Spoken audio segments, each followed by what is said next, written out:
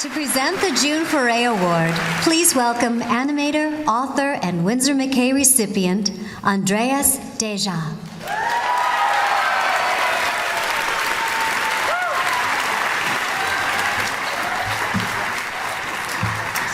Thank you so much. Today I'm very happy to be here to present this year's June Foray Award for significant, beneficial, and charitable impact on the art and industry of animation to the one and only Don Hahn. Yeah. I'm not going to list all of Don's professional accomplishments because frankly, a lot of us here have worked either for or with him, and we know what he has achieved. Those who haven't worked directly with him know him from his insightful and valuable books about animation and his documentaries he has made, including the Annie Award-winning Waking Sleeping Beauty. Yeah.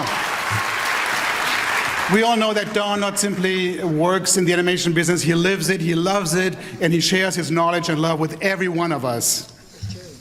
So I was thinking earlier on what I could tell you about Don that is not in the prompter here and that you might not know about him. I've known Don since 1980 and worked with him on a few small, independent, small budget films like Who Framed Roger Rabbit, Beauty and the Beast, if you remember, and Lion King. And during all those years and decades, I have to tell you, I have never seen Don mad or lose his patience or yell at somebody. And how do you do that? In animation, there is reason to be mad and angry every single day. As you know, there's footage pressures, there's bad drawing all around you. Why does this stuff look so bad? And yet, Don, he confronts problems and issues with a sense of humor. I've never known anybody like Don Hahn. So on behalf of ASIFA Hollywood, I'm thrilled to present the 2016 June Foray Award to my buddy and friend, Don Hahn.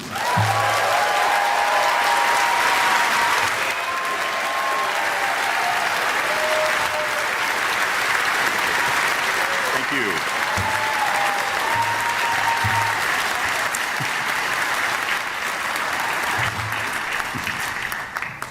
Hi, everybody. Thank you for skipping the Republican debate to be here.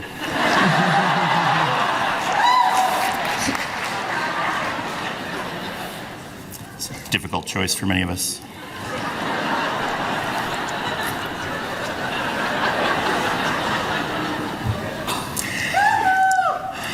Thank you, sir.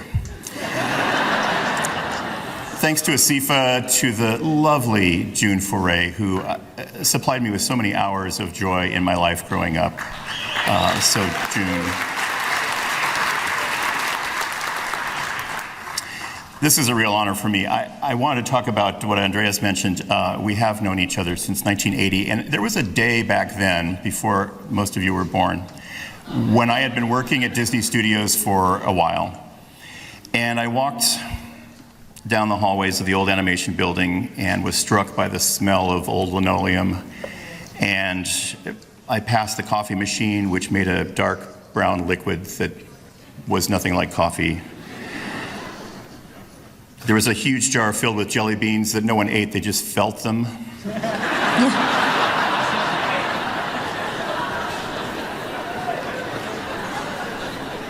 I walked past editors' rooms, editors working on moviolas, big, dangerous moviolas, the kind that could rip hair from your scalp, and butt splicers that could cut off your finger if you weren't careful. I love the word butt splicer. Past a refrigerator full of expired dairy products and condiments that had been there since the Carter administration. And as I walked past the story room, it reeked of magic markers, a distinctive and not unpleasant odor that contained intoxicating properties that kept the story ideas flowing. And past office after office where the only sound that came out was the beautiful sound of flipping paper and the smell of freshly ground pencil shavings.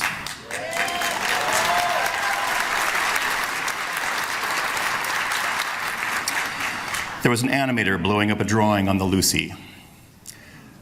Look it up. Finally, I reached my desk, which was cluttered with gray sheets and bar sheets and sheets that don't exist anymore. It was a walk that I had made thousands and thousands of times before, but that day it looked really different to me. That day, back then, it looked like something new. It looked like home. Since that day, I've seen animation grow into an incredibly prosperous business. I've seen studios begin to pay attention to diversity in their films. I've even, on occasion, seen studios trust a woman to direct one of them.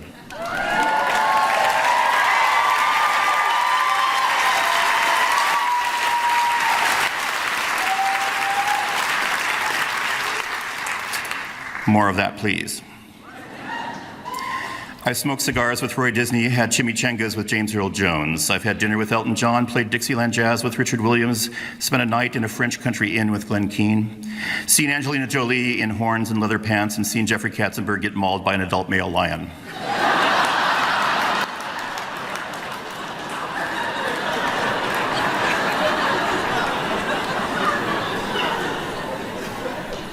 But still, none of that compared to walking through the animation studio that day, working with people whom I admired and still admired so much for their ability to create life with paper and pencils and paint and pixels. With each film comes equal parts hope and heartbreak. Studios come and go, projects come and go, but working in animation has brought with it a tremendous gift that can't be matched with money or box office or celebrity. The gift of friends, fascinating, funny, lifelong friends. Many of whom are here tonight.